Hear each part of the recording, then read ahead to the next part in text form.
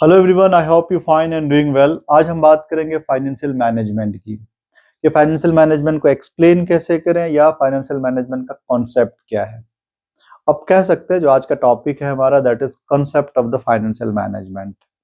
Okay, there are different way of defining और explaining the financial management. बहुत कई तरीके से हम फाइनेंशियल मैनेजमेंट को डिफाइन करते हैं, बट सबका पर्पस एक ही होता है। ओके, सब फाइनेंशियल मैनेजमेंट के फंक्शंस की बात करता है कि फाइनेंशियल मैनेजमेंट में बेसिकली हम करते क्या है। अगर हम बात करें फाइनेंशियल मैनेजमेंट की, अगर फंक्शंस ऑफ मैनेजमेंट की, एक बिजनेस ऑर्गेनाइजेशन में जो मैनेजरियल एरिया होता है या फंक्शनल एरिया ऑफ मैनेजमेंट होता है, प्रोडक्शंस होता है, ओके, मार्केटिंग होता है, ह्यूमन रिसोर्सेज मैनेजमेंट होता है, अलग से एक फाइनेंशियल मैनेजमेंट है। ओके, बट ऐसा है कि जो फाइनेंशियल मैनेजमेंट है ना, आप इसको डिफरेंट या सेपरेट फंक्शन नहीं कह सकते। It's too difficult to separate the finance function from other function. Okay, क्यों सेपरेट नहीं कर सकते? अगर प्रोडक्शन मैनेजमेंट की बात करें तो प्रोडक्शन में फाइनेंस की जरूरत पड़ती है, वहां भी inflow and outflow of cash होता है। मार्केटिंग की बात करें तो वहां भी एडवर्टीजमेंट एक्सपेंसेस, मार्केटिंग के लिए बहुत सारे एक्सपेंसेस होते हैं। ह्यूमन रिसोर्सेज में तो जितना भी एक्टिविटीज होता है बिजनेस में या फंक्शनल एरिया ऑफ मैनेजमेंट है, वहां फाइनेंस है। तो फाइनेंस को हम सेपरेट फंक्शंस, तो it's too difficult to separate the finance function from other function of management. Okay, but we identify some of the activities of the financial management और some of the activities related to finance which collectively known as the financial management. Okay, हम क्या करते हैं कि कुछ activities को identify करते हैं, उसी को हम फाइनेंशियल मैनेजमेंट कहते हैं या फाइनेंस मैनेजर वो करता है। अब वो क्या करता है? Procurement of the fund and utilization of the fund. Okay, आप कह सकते हैं financial management is concern with the procurement of the fund and utilization of the fund into most profitable business activities. एक डिफिनेशन तो ये है कि procurement of the fund, from where to raise the fund and how to raise the fund, and after raising the fund where to invest and how to invest. Basically we invest into assets. Okay, so the profit of the business could be maximized. Okay, otherwise simple words, ये जो सारे activities हैं इसको हम define करते हैं planning and controlling the financial resources of a business. Okay, अब अगर मैनेजमेंट जहां है तो इट मींस के फाइनेंशियल मैनेजमेंट है तो मैनेजमेंट के सारे फंक्शंस अप्लाई होगा। आपने प्लानिंग एंड कंट्रोलिंग पढ़ा है मैनेजमेंट में, तो that is planning and controlling of the financial resources of a business. अब प्लान एंड कंट्रोल करने के लिए, मतलब फाइनेंशियल रिसोर्सेज को प्लान एंड कंट्रोल करने के लिए हम बहुत सारा एक्टिविटीज को परफॉर्म करते हैं, that is known as financial management. Okay, अब planning and controlling of financial resources, you know the financial resources is what? Money. ठीक है, दैट इज फंड। जो फंड होता है या मनी होता है, that is known as financial resources. उसे हम कैसे उसको प्लान करें और कंट्रोल करें कि प्रॉफिट, जो बिजनेस का प्रॉफिट हम मैक्सिमाइज कर सके। अब इस प्लानिंग एंड कंट्रोलिंग के लिए हम क्या करते हैं? Procurement of the fund and utilization of the fund into most profitable business activities.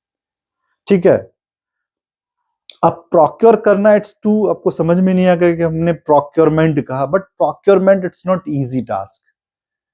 ठीक है, आप सिंपली प्रोक्योर करना, there are different sources of finance are available, मतलब कई तरीके से आप फंड रेज कर सकते हैं। अगर कैपिटल मार्केट की बात करें तो कैपिटल मार्केट में जाएंगे तो बहुत सारा फाइनेंशियल इंस्टीट्यूशंस है। कैपिटल मार्केट में शेयर मार्केट है, स्टॉक एक्सचेंज। अब स्टॉक एक्सचेंज में प्रेफरेंस शेयर, इक्विटी शेयर्स, ठीक है, बॉन्ड, डिवेंचर। तो अगर हम कैटेगराइज करें broadly, that is borrowed fund and owners fund, that is debt और इक्विटी, उधार का पैसा और ऑनर का पैसा। तो अब ये बात है कि एक फाइनेंस मैनेजर जो होगा वो ये तो दिमाग लगाएगा कि हमें कितना पैसे उधार लेना है, कितना ऑनर का पैसा होना चाहिए, क्योंकि इसका बहुत ज्यादा इंपैक्ट पड़ता है। अगर हम बहुत ज्यादा उधार ले लिए, डेट ले लिए, तो हम रिस्क भी ज्यादा क्रिएट कर रहे हैं, लास्ट हमारा बिजनेस लूज भी हो सकता है। तो कितना हमें उधार लेना है, कितना ऑनर का पैसा लेना है, ठीक है। तो इसमें क्या होता है कि दैट इज रेशियो डिसाइड करते हैं हम। अगर आइडियल रेशियो की बात करें तो 1:2 है डेट इक्विटी का रेशियो। मतलब 1 रुपए अगर आप उधार ले रहे थे, 2 रुपए आपके पास अपना होना चाहिए। तो प्रोक्योरमेंट में आपको एक चीज तो ये समझ में आई कि there are different sources of finance. एक फाइनेंस मैनेजर को ये डिसाइड करना पड़ता है कि हमको कौन से सोर्स यूटिलाइज करना है या कैसे फंड रेज करना है। अगर कैटेगराइज डेट इक्विटी की बात करें तो डेट इक्विटी का रेशियो क्या होगा? ये जो डेट इक्विटी का रेशियो है that is known as capital structure, capital mix. तो कैपिटल स्ट्रक्चर का डिसीजंस लिया कि डिफरेंट सोर्सेस ऑफ जो फाइनेंस है कि कौन कौन से सोर्स हमें लेना है। अब ये इतना इंपॉर्टेंट है, क्यों इंपॉर्टेंट है? सिर्फ डेट इक्विटी रेशियो ही मैटर नहीं करता है, क्योंकि जो different kind of sources of capital होता है तो डिफरेंट सोर्सेस ऑफ कैपिटल का डिफरेंट कॉस्ट भी होता है। अब कॉस्ट ऑफ कैपिटल इन्वॉल्व हो तो you need to analyze the cost of capital. Cost means हम पे क्या करते हैं किसी के लिए। अगर कैपिटल हम मार्केट से एम्प्लॉय करते हैं, बिजनेस में यूज करते हैं, तो उसके लिए उसको पे करना पड़ता है। अगर लोन ले रहे हैं तो इंटरेस्ट पे करते हैं। प्रेफरेंस शेयर में अगर हमने किया तो उसमें भी इंटरेस्ट प्लस डिविडेंड पे करना पड़ता है। इक्विटी अगर के थ्रू कर रहे हैं तो उसको डिविडेंड पे करना होगा। ओके, तो ये कॉस्ट ऑफ कैपिटल हो गया, प्लस रिस्क। ये सब सारा चीज हम प्रोक्योरमेंट में एनालिसिस करते हैं, just to planning and controlling the financial resources of the business. Okay, अगर हम ठीक से एनालिसिस नहीं करें तो हमारा बिजनेस, ठीक है, प्रॉफिटेबिलिटी हम मैक्सिमाइज नहीं कर सकते हैं। तो प्रोक्योरमेंट को सिर्फ आपको सिंपली प्रोक्योरमेंट नहीं लेना है, इसमें आपको क्या करना है, डिफरेंट सोर्स ऑफ कैपिटल को एनालिसिस करना है, risk associated with the different types of capital ये एनालिसिस करना है, ठीक है, कॉस्ट ऑफ कैपिटल को एनालिसिस करना है, डेट इक्विटी रेशियो देखना है। तो ये सारा चीज हम प्रोक्योरमेंट्स के लिए करते हैं, and that collectively known as the financing decisions. ठीक है, या तो प्रोक्योरमेंट है, फाइनेंसिंग डिसीजंस है, alternatively raising the funds. But what we learn in financial management, we need to learn the tools and techniques of raising the funds. हम जो study करेंगे capital structure का, कि क्या कैपिटल स्ट्रक्चर थ्योरी का leverage analysis करते हैं, leverage analysis का एम्प्लॉयमेंट ऑफ डेट, ठीक है। हम आगे देखेंगे कि कैसे हम प्रॉफिट को मैक्सिमाइज करते हैं, बढ़ाते हैं, ठीक है, डेट को एम्प्लॉय करके। जैसे अभी हमने कहा कि जो डेट इक्विटी का ratio ideal ratio financial expert कहते हैं कि 1:2 होना चाहिए, बट एक फाइनेंस मैनेजर के लिए वो जो राइट मिक्स ऑफ कैपिटल होगा या डेट इक्विटी का राइट रेशियो होगा, वो जो कि हमारे बिजनेस के प्रॉफिट को मैक्सिमाइज करे, ठीक है, वो हमें एनालिसिस करना पड़ता है। तो in simply, if you are undergraduate student, you need to just know what is the procurement of fund. Financial management is concern with the procurement of fund. It means from where to raise the fund, and we raise the fund by applying different techniques. Actually, we need to analyze the risk, we need to analyze the cost of capital, then after we need to invest, we need to take the investment decisions. अब investment decisions क्या होता है कि हम assets में जब invest करते हैं, whether particular investment decision is profitable और नॉट, ठीक है, एक जहां हम इन्वेस्ट करने वो प्रॉफिटेबल होगा कि नहीं होगा, तो उसके लिए हम क्या करते हैं, कैपिटल बजटिंग टेक्निक्स यूज करते हैं, ठीक है, वो डिसीजन, इन्वेस्टमेंट डिसीजंस लेने के लिए, ठीक है, we need to take a capital budgeting techniques. Basically कुछ टूल्स एंड टेक्निक्स होते हैं जो हम सीखते हैं कि हमको पैसे इन्वेस्ट कैसे करना है, ठीक है। ये दिस इज द कह सकते हैं, this is the process of evaluating the funds. Actually हम डिफरेंट काइंड्स ऑफ प्रोजेक्ट को एवेल्युएट करते हैं कि प्रॉफिटेबल होगा कि नहीं होगा। उसके लिए जो टेक्निक्स हैं हमारे पास कैपिटल बजटिंग के, वो हम उसमें देखते हैं, that is NPV method, okay, IRR method, NPV net present value method, internal rate of return techniques पढ़ते हैं, प्रॉफिटेबिलिटी इंडेक्स पढ़ते हैं, पे बैक पीरियड मेथड्स पढ़ते हैं, अकाउंटिंग रेट ऑफ रिटर्न्स पढ़ते हैं। ये सारा टेक्निक्स है कि पैसे हम कैसे इन्वेस्ट करें, या पर्टिकुलर प्रोजेक्ट में इन्वेस्ट करना चाहिए या नहीं, या प्रॉफिटेबल होगा कि नहीं होगा, एक क्राइटेरिया उसमें होता है। तो procurement of the fund and utilization of the fund, ये दोनों चीज हम किस लिए करते हैं, just to maximize the wealth of the shareholder और द प्रॉफिट। बट यही दोनों करने से हमारा मैक्सिमाइज नहीं होगा वेल्थ, और भी हमें डिसीजंस लेने हैं। जैसे हमने कहा procurement of fund, that is the financing decision, where to raise the fund, and investment decisions, utilization of the fund. तो ऐसा नहीं है कि सिर्फ फाइनेंसिंग डिसीजन से और इन्वेस्टमेंट डिसीजन से हमारा वेल्थ मैक्सिमाइज हो जाएगा, ओके, फर्म्स का और शेयर होल्डर्स का, ओके। तो हमें और भी डिसीजंस लेने पड़ते हैं। अब और भी डिसीजंस क्या है? डिविडेंड डिसीजंस, ठीक है। डिविडेंड डिसीजंस क्या है? हमने पैसे रेज किए, फिर कहीं एसेट्स में हमने इन्वेस्ट किया। अब एसेट्स में इन्वेस्ट किया तो हमने प्रॉफिट अर्न करने के लिए किया है। अब जब उससे प्रॉफिट अर्न हो गया तो हम इस प्रॉफिट को डिस्ट्रीब्यूट कैसे करें शेयर होल्डर को, that is known as dividend decisions. आपको पता है कि a part of profit that is distributed to the shareholder is known as dividend, ठीक है। अब ये किस लिए इंपॉर्टेंट है? क्योंकि अभी आपने सोर्स ऑफ फाइनेंस की जब बात हमने किया ना, तो सोर्स ऑफ फाइनेंस में एक सोर्स रिटेन अर्निंग भी है। जो प्रॉफिट अर्न करते हैं उसको हम री इन्वेस्ट कर सकते हैं बिजनेस में, लेकिन जब री इन्वेस्ट करेंगे तो फिर शेयर होल्डर को हम डिविडेंड नहीं देंगे, ओके।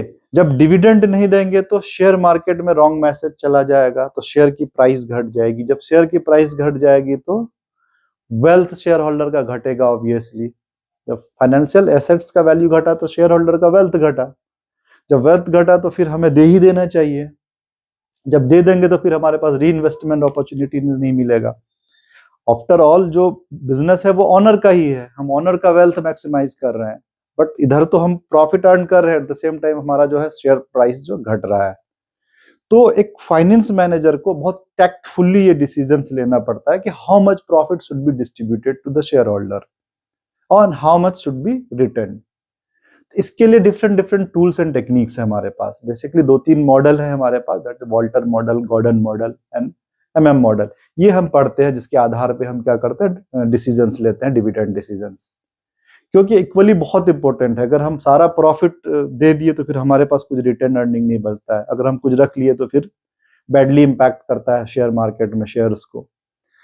तो ये भी, क्योंकि अल्टीमेटली जो गोल है फाइनेंशियल मैनेजमेंट का या फाइनेंस मैनेजर का, वो है maximization of the wealth of the shareholder. जो ऑनर का वेल्थ है उसे मैक्सिमाइज करना। तो डिविडेंड डिसीजंस भी हमें बहुत टैक्टफुली लेना है। एक तो हमने पैसे कहाँ से रेज किए फंड, फिर हमने इन्वेस्ट किया, इन्वेस्ट करके एसेट में इन्वेस्ट किया, उससे जो प्रॉफिट जनरेट किया, फिर हम उस प्रॉफिट को बांटते हैं शेयर होल्डर्स को, ओके। फिर इन बिटवीन ये 3 डिसीजंस हो गया। फाइनेंशियल मैनेजमेंट की हम बात करें तो financing decisions, investment decisions, dividend decision. While taking 3 important decisions, we need to manage the inflow and outflow of cash, ठीक है। हमको inflow and outflow of cash भी मैनेज करना है। That is known as liquidity decisions. Liquidity means cash और anything that can be converted into a cash, that is known as liquidity, ठीक है। अब anything that can be converted into liquid और cash, that is, वो क्या है? Like inventory, bills payable, bills receivable, या bank में जो पैसा है वो लिक्विड होता है। तो ये हमें मैनेज करना इसलिए जरूरी है। से फॉर एग्जांपल, अगर आपके पास बहुत ज्यादा, मतलब आप लिक्विड रख लेते हैं अपने पास, तो कहीं ना कहीं प्रॉफिटेबिलिटी से आप कॉम्प्रोमाइज कर रहे हैं। क्योंकि ज्यादा आपके पास लिक्विड होगा, कैश होगा, तो इट मीन्स आपने पैसे कम इन्वेस्ट किए, और जो पैसा एक्स्ट्रा आपने जबरदस्ती जमा करके रखा है, इसको आप इन्वेस्ट करके प्रॉफिट तो अर्न कर सकते थे। अगर आप जमा करके रख रहे हैं तो इसका मतलब है कि प्रॉफिटेबिलिटी से आप कॉम्प्रोमाइज कर रहे हैं। तो फिर मतलब ट्रेड ऑफ होता है, profitability versus liquidity, liquidity and profitability. अगर आपके पास ज्यादा लिक्विड है तो इसका मतलब आपका प्रॉफिटेबिलिटी कम होगा, ठीक है। कम लिक्विड रखे तो इसका मतलब ज्यादा पैसा आपका इन्वेस्टमेंट है, रिटर्न आएगा।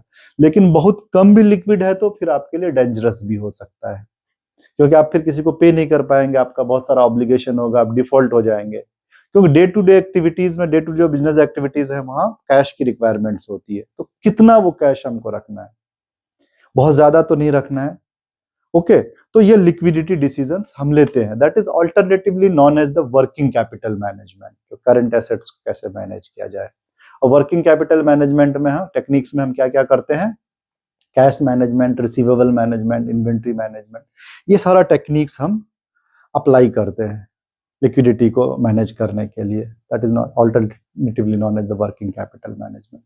तो आपने देखा कि फाइनेंशियल मैनेजमेंट में हम क्या करते हैं, फाइनेंसिंग डिसीजंस लेते हैं by applying some tools and techniques of the financial management.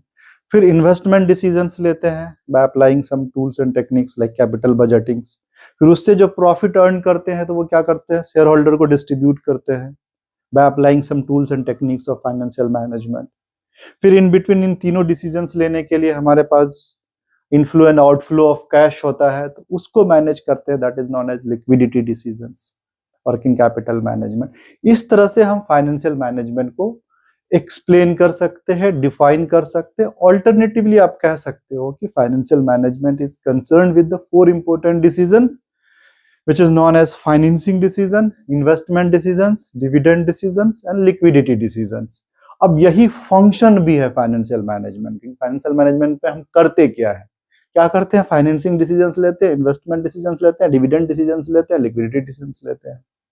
Okay, तो बहुत सारे लोग इसी को डिकोड कर देते हैं अलग अलग, जो है ना, जैसे कि आप फाइनेंसिंग डिसीजन में बेसिकली फाइनेंस मैनेजर करता क्या है, रोल की बात करें तो फाइनेंसिंग डिसीजन में हमने कैपिटल स्ट्रक्चर की बात की, तो कैपिटल स्ट्रक्चर डिसाइड करता है, डेट इक्विटी रेशियो डिसाइड करता है।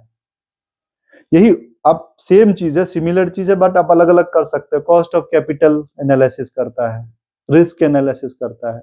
फिर इन्वेस्टमेंट में कैपिटल बजटिंग करता है, ठीक है। डिविडेंड डिसीजंस में हम क्या करते हैं, डिविडेंड डिसीजंस लेते हैं।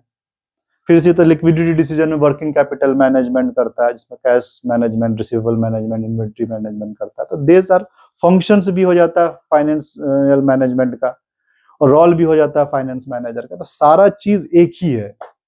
इट्स अप टू यू, अगर आपकी अंडरस्टैंडिंग ठीक ठाक है तो यू कैन एक्सप्लेन कि फाइनेंशियल मैनेजमेंट है क्या, ठीक है, या कैसे रोल्स क्या है फाइनेंशियल मैनेजमेंट का, फंक्शन क्या है फाइनेंशियल मैनेजमेंट का। ओके, तो ये इंट्रोडक्शंस में इस तरह से ले सकते हैं। है एक ही चीज की, सिंपल सी बात है कि पैसे फंड कहाँ से रेज किया जाए, उस रेज किए हुए फंड को एसेट में इन्वेस्ट करते हैं, फिर एसेट से जो अर्निंग होता है तो उसे हम डिस्ट्रीब्यूट करते हैं शेयर होल्डर्स को। और इन तीनों को मैनेज करने के लिए हमारे पास क्या होता है, लिक्विडिटी को हम मैनेज करते हैं, inflow and onflow of cash, that is known as liquidity decision. ये सब फाइनेंशियल मैनेजमेंट में हम करते हैं। Okay, I hope you understand. अगर फिर भी कोई क्वेश्चंस, क्वेरीज अगर कुछ भी है तो यू कैन राइट अस।